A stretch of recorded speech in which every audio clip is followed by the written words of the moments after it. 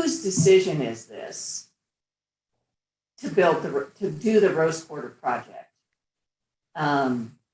It wasn't the commission's decision or direction to do it. It was the legislature in 2017 who heard from the state who said, we think this is one of the most important transportation projects for the state of Oregon.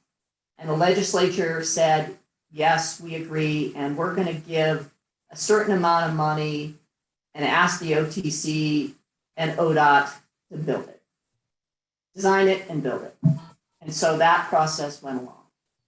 And I might just add to that, Commissioner, and do tolling some of the proceeds from that on the I-5 corridor. I think the legislature was expecting to also be invested on the corridor, including potentially the Rose Quarter project.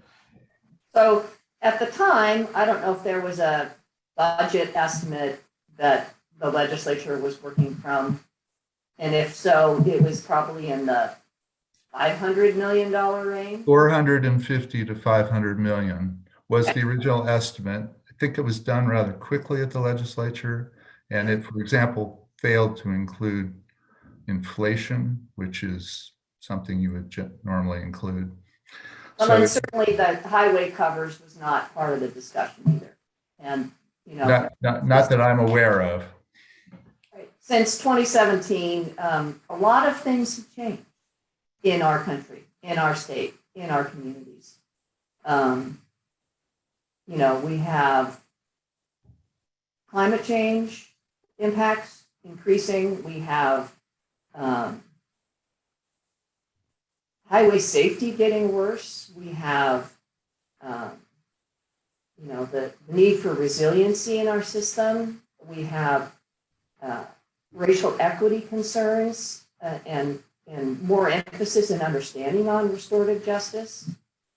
And I just wonder if we were to ask the question of the legislature or the state or the citizens, do you want to spend $1.5 billion on a Rose Quarter project?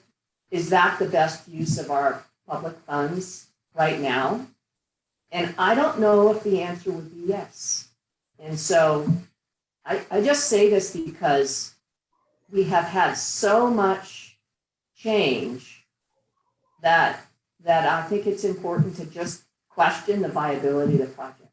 Now, having said that out loud, I don't know that the OTC has the authority to tell the legislature, yeah, we're not going to do it. It's too expensive. So I just put that out there because at some level I'm starting to question the viability of it. So that's my first point. My second point is also budget related and priority related, which is I am not a member of the Albina community. I wasn't in the conversation. I don't presume to tell that community what they should want. But it's a rhetorical question from me, which is, does it make sense for ODOT and the rest of the jurisdictions, because we can't do it by ourselves, to spend $400 to $500 million for 1.73 acres of a highway cap? Is that really getting the value that you want? And we can do a lot of things in mitigation. I know we've got constitutional limits on what we can spend money on, but could we spend that kind of money on other things and do more for the community? So I'm not going to answer the question, and I just want to throw it out there as we go. If we go forward, if those kind of questions can be brought to the table, I think they're important questions to